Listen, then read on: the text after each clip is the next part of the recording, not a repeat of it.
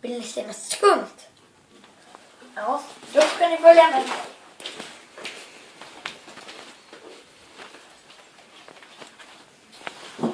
Det här är helt vanligt skum. Ni kan undersöka det på närmare. Då stänger vi dörren. Sen, det här kommer bli skumt.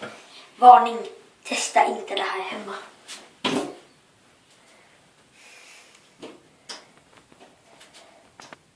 Se, det blir helt skumt. Se min hand. Ska jag visa er fusket? Allt till det här behöver man bara en kran här. En sån här. Sen behöver man lite tvål. Då tar man det fyllt med vatten. Sen tar man tvål. Inte så mycket, kanske tesprut. Sen, det här är det svåraste att fixa.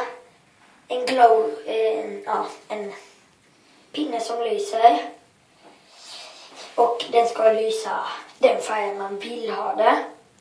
Sen lägger man i den. Skummar, ta på det här. Ja. Sen gör man så. Men det bästa är den i mitten, för då syns det inte.